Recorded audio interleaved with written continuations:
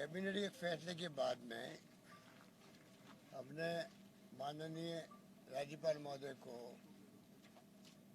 कल पत्र भेज के रिक्वेस्ट करी कि हम चाहते हैं कि असेंबली के सेशन बुलाएं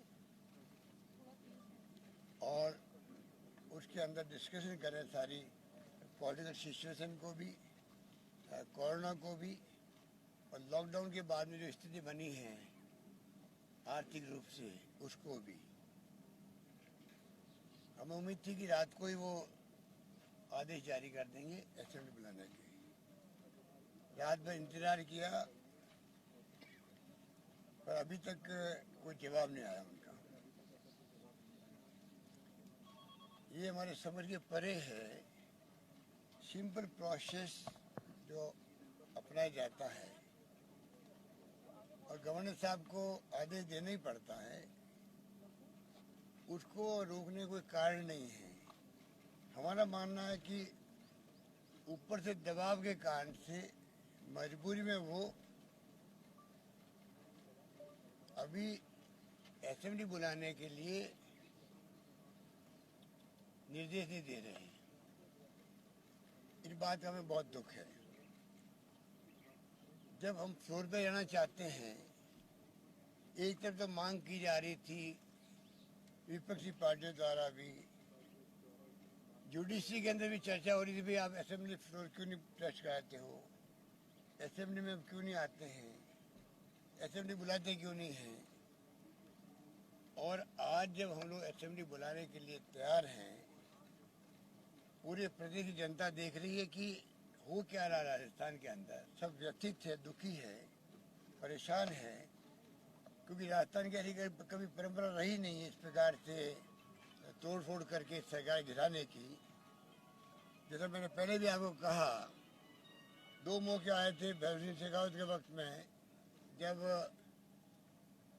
उनके साथी सरकार गिरा रहे थे, तब मैं खुद गया तत्कालीन प्रधानमंत्री पीवी नरसिम्हा राव जी के पास में। बलिराम भगत साहब जो राज्यपाल महोदय थे, उनको मैंने कहा कि ये परंपरा राजस्थान में है नहीं, हम साथ नहीं देंगे। उस पर मैं प्रदेश कांग्रेस अध्यक्ष भी था। ये तमाम बातें आपके डोमेन के अंदर है। दुख इस बात का है कि आज जो फैसला नहीं किया कल रात तक, अभी गवर्नर साहब से टेलीफोन से बातचीत भी हुई, मैंने फिर रिक्वेस्ट किया है, कृपा करके आपका संवैधानिक पद है जिसका अपना एक बहुत बड़ी गरिमा होती है,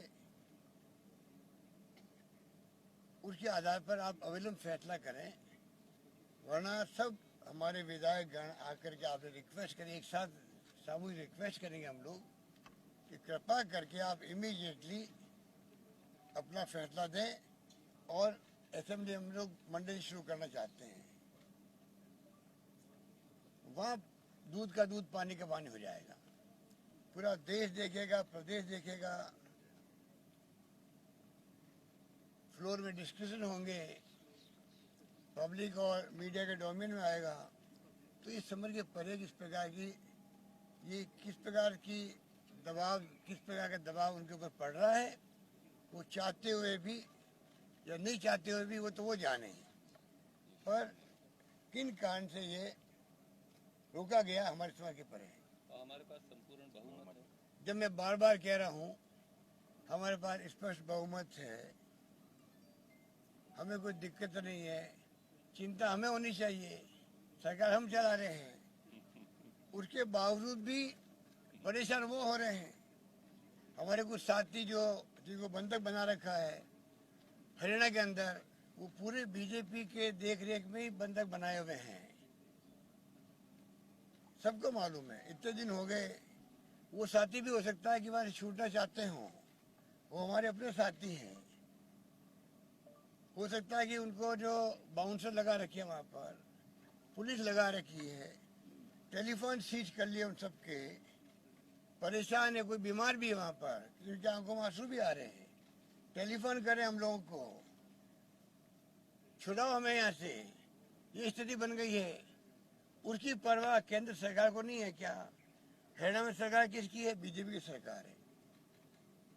ये पूरा खेल जो है ये भारतीय जनता पार्टी उनके नेताओं के षड्यंत्र है, जैसे उन्होंने कर्नाटक में किए थे, जैसे उन्होंने मध्य प्रदेश में किए थे और राज्यों में किए, आप सबको मालूम है।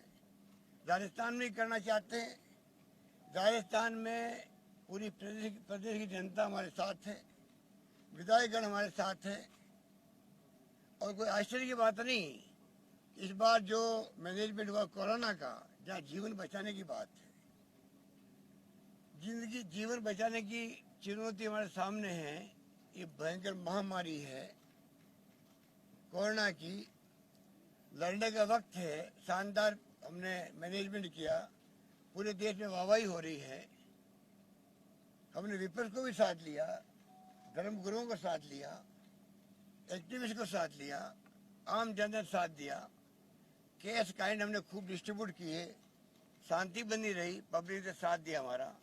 ऐसे माहौल में सरकार को टॉपल करने का षड्यंत्र करने में बीजेपी की भूमिका जो है, आप समझ सकते किस नीचे स्तर पर जाके राजनीति देश में हो रही है। डेमोक्रेसी खतरे में डाल रखी है। इनकम टैक्स के, ईडी के, सीबीआई के छापे,